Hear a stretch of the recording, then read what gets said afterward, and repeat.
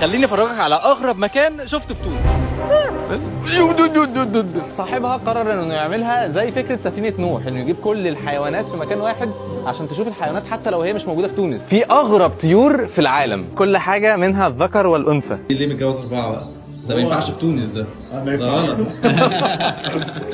صح يمنع منعا باتا. اول مره اشوف الانواع دي، لكن دايما في الطيور الذكر اجمل من الانثى، علشان هو اللي بيقعد يستعرض ويعمل العرض بتاعه والرقص وكده علشان يجذب الانثى. من افريقيا، وهو من احسن الابقار اللي تقدر تتكيف في الصحراء بسبب قرونها. بصوا عمال يحمي مراته. ما تفوتش المكان ده لو جيت هواريه الصراحه. كل حيوان هنا ليه البيئه الخاصه بتاعته، سواء صيف او شتاء مظبطينها له.